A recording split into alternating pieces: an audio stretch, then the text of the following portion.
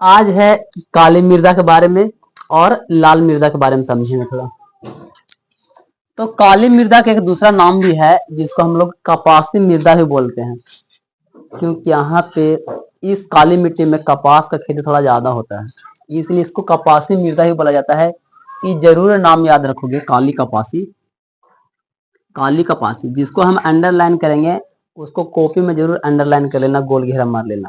Important वही रहता है जिसको अंडरलाइन करते हैं, बाकी सिर्फ समझने के लिए बताया जाता है। ठीक है, तो चलो स्टार्ट करते हैं काली मृदा से। इस मृदा का रंग काला होता है, जो कि उपस्थित एल्युमिनियम और लौह यौगिक के कारण होता है। काली मृदा नाम है, मतलब काला रंग होगा उसका, इसलिए काली मृदा बोलते हैं। तो किसके वजह से काला? देखो, एल्युमिनियम और लौह, इन यौगिक की वजह से क्या होता है कि इसका रंग काला पड़ जाता है।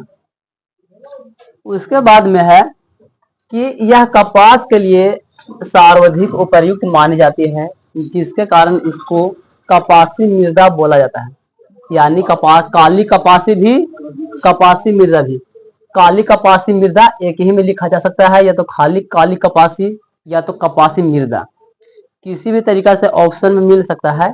तो काली कपासी या तो फिर कपासी मृदा भी बोला जाता है काला मिट्टी को। याद रखोगे इसको, ऑब्जेक्टिव में ये जरूर आता है एग्जाम में। और ये जो भारत में है लगभग 6.4 करोड़ हेक्टेयर भूमि पे फैला हुआ है। काली मिट्टी का बात हो रहा है, और खास करके कहाँ कहाँ पे मिलेगा ये? तो दक्कन के लावा प्रदेश में, महाराष्ट्र में, गुजरात में, कर्नाटक में, आंध्र प्रदेश और तमिलनाडु राज्य में ये मिट्टी ज्यादा मात्रा में मिलता है। तो जगह के नाम भी नोट जरूर करेगा, क्योंकि ऑप्शन में ये भी रहता है कि निम्नलिखित में कौन से जगहों पे काली मृदा पाया जाता है। तो इतना में से कोई भी ऑप्शन रह सकता है, महाराष्ट्र रह सकता है, गुजरात, आंध्र प्रदेश, तमिलनाडु, ये सब कुछ भी रह सकता है।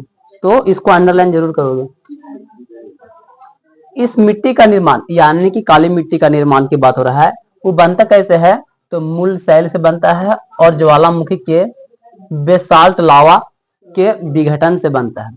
यानी कि जो काला मिट्टी का जो निर्माण हुआ है, तो मूल शैल और प्लस में ज्वालामुखी की जो बेसाल्ट लावा जो निकलता है, उसका विघटन होने के बाद ही काला मृदा का निर्माण हो पाता है।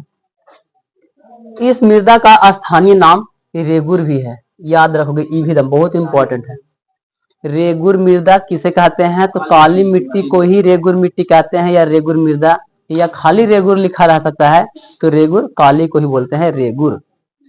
ठीक है, इस मिट्टी की सबसे बड़ी विशेषता है कि इसमें नमी धारण करने की जो क्षमता होती है बहुत ज्यादा, यानी कि इसको नहीं भी पटाएंगे तब भी नमी बहुत ज्यादा रहेगी इसमें।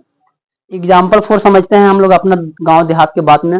आहरा वाला जमीन देखे हो, पूरा काला है, दरार पड़ जाता है, फट जाता है, लेकिन फटने के बाद वो गिल्ले रहता है। और गेहूं वाला खेत फट जाता है, सूख जाता है तुरंत। तो उसका बनावट और उसका बनावट में अंतर है। तो मसूरी सब जो लगता है, एक बार नहीं पटाओ, निश्चिंत रहो, क्योंकि उसके अंदर में नमी बना हुआ रहता है, जिसकी वजह से वो अवशोषित करके अपना फसल को बढ़िया से बना लेता है। जबकि दूसरा मिट्टी में ऐसा नहीं होता है, सूख गया तो पानी पटाना पड़ेगा, पटाओगे तभी उसमें उपज होगा। लेकिन काली मिट्टी में एक बार लगा दो, निश्चिंत रहो, बिना पटेले भी वो अपना काम कर लेता है, बस एक बार वो गीला होना चाहिए। तो इसको याद रखोगे कि इसका विशेषता क्या है। तो इसमें नमी धारण करने का क्षमता सबसे ज्यादा होता है। ये भी ऑप्शन में रह सकता है कि निम्नलिखित में कौन सी मिट्टी में नमी धारण की क्षमता अधिक होता है, तो काली मृदा। इसको ऑप्शन में जरूर याद रखोगे। यह मृदा कैल्शियम कार्बोनेट, मैग्नीशियम, पोटास और चूना जैसे पौष्टिक तत्वों से परिपूर्ण होता है, किंतु फास्फोरस की कमी रहती है। यानी कि कौन कौन से तत्व मौजूद होता है इसमें? कैल्शियम कार्बोनेट होता है, मैग्नीशियम होता है, पोटास होता है, चूना होता है, ये सब पाया जाता है। लेकिन एक जो यहाँ पे है, फास्फोरस की कमी रहता है। इसको जरूर नोट करोगे। बहुत सारा में हो सकता है कि सब ना दे करके फास्फोरस वाला बात जरूर दे दे कि कौन सा मिट्टी में फास्फोरस की कमी होता है, तो काली मिट्टी में। ठीक, इसको भी जरूर अंडरलाइन करोगे। इस मृदा में गन्ना, प्याज, गेहूं फसलों के अनुकूल मानी जाती है खेती करने के लिए। यानी कि कपास के लिए सबसे ज्यादा इंपॉर्टेंट है काली मृदा, कपास के लिए इंपॉर्टेंट। कपास के अलावा भी इसको गन्ना, प्याज, गेहूं ये सब फसल के लिए उपयुक्त माना जाता है। यानी कि फसल लगा सकते हैं, इसमें कोई दिक्कत नहीं। हम लोग के हरम देखे हैं कि इधर साइड में आलू रोपाता है, प्याज वाज लगा भी देता है, हो भी जाता है। उधर टावर तरफ में देखोगे तो गेहूं भी लगा रहता है, चना मसूर सब लगा देता है और सारा का सारा फसल हो जाता है। तो याद रखोगे कि कपास के साथ साथ में सभी फसलों इसमें लगाया जा सकता है। कुछ कुछ फसलें गेहूं, प्याज, गन्ना ये सब चीजें लगा सकते हैं, पैदा हो जाएगा आराम से, कोई दिक्कत वाली बात नहीं है। ऑब्जेक्टिव जितना है याद रखोगे इसका, और काली कपास के नाम से जाना जाता है। और इसमें एल्युमिनियम और लौह यौगिक के कारण इसको बोलते हैं हम लोग काली मृदा। प्लस इसका जो बनावट होता है ज्वालामुखी और बेसाल्ट के लावा से बनावट होता है इस मिट्टी का निर्माण। रेगुर तो जरूर याद रखोगे, एकदम 100% रेगुर याद रहना ही चाहिए, ठीक है। और रेगुर सबसे ज्यादा और काली कपास ये दो चीज सबसे ज्यादा एकदम उसको याद रखोगे। बाकी चीजें हो सकता है कि दिमाग से निकले चलेगा, लेकिन दो चीज नहीं निकलना चाहिए, ठीक है। ठीक, आगे देखते हैं लाल मृदा के बारे में। लाल एवं पीली मृदा दोनों का नाम एक ही में अटैच इसीलिए हो गया है क्योंकि दोनों में परिवर्तन होते रहता है। लाल है, अगर उसको थोड़ा पानी की मात्रा मिले तो धीरे धीरे करके पीला टाइप में हो जाता है, इसीलिए लाल पीला एक ही साथ में यहाँ पे नाम लिया गया है। इस प्रकार की जो मृदा का विकास होता है प्रायद्वीपीय पठार के पूर्वी एवं दक्षिण हिस्से में रवेदार आग्नेय चट्टान के द्वारा, ये याद रखोगे, आग्नेय चट्टान के द्वारा, और जहां पे 100 सेंटीमीटर से कम वर्षा हो वैसे क्षेत्र में लाल और पीला मिट्टी ज्यादा पाया जाता है।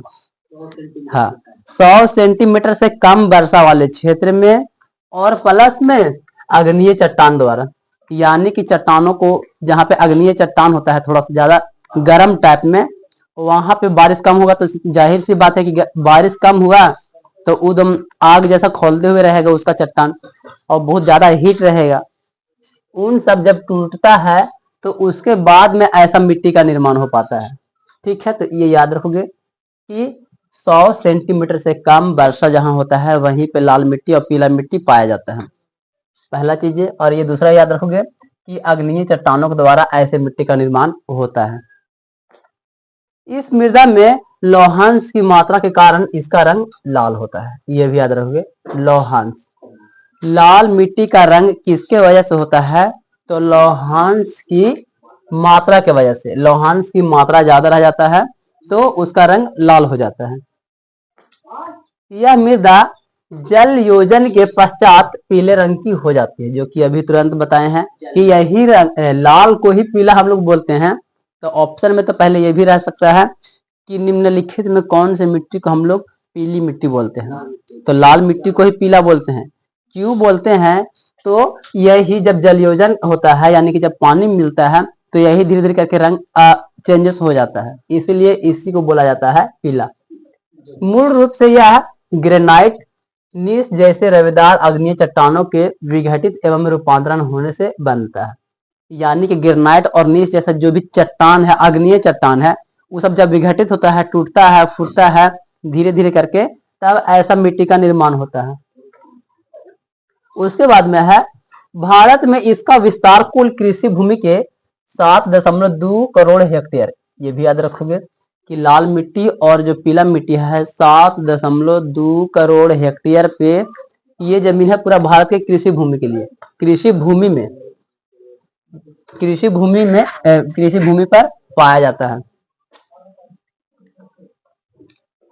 इस मृदा का प्रसार तमिलनाडु, कर्नाटक, गोवा और दक्षिण पूर्वी महाराष्ट्र, आंध्र प्रदेश, उड़ीसा, छोटा नागपुर, पठार एवं मेघालय क्षेत्रों में भी है। मेघालय के पठार में भी है।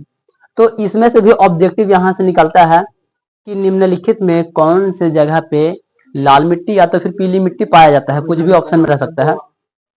तो याद रखोगे कि तमिलनाडु में, कर्नाटक में, गोवा में, दक्षिण पूर्वी महाराष्ट्र में, आंध्र प्रदेश, उड़ीसा में, छोटा नागपुर में, इन सभी जगहों पे लाल मिट्टी और पीला मिट्टी पाया जाता है। उसके बाद है जैव पदार्थों की कमी के कारण यह मृदा जलोढ़ एवं काली की अपेक्षा कम उपजाऊ होती है। अब ये भी एक थोड़ा सा कमी है भाई कि आखिर इसमें उपज कम होता है। तो क्यों कम होता है? तो उसमें जैव पदार्थ की कमी की वजह से, क्योंकि जैव पदार्थ जिस मिट्टी में नहीं रहता है, ह्यूमस नहीं बन पाता है, मिट्टी का जो ऊपरी परत होता है उसमें नमी नहीं रहता है, उतना प्रोटीन पौष्टिक नहीं मिल पाता है, जिसकी वजह से उपज कम होता है। तो ये मिट्टी में उपज कम हो पाता है, तो किसके कारण से? तो जैव पदार्थ के कारण से। ऑप्शन में ऐसे भी ऑब्जेक्टिव बनाया जा सकता है कि कौन से मिट्टी में जैव पदार्थों की कमी होती है।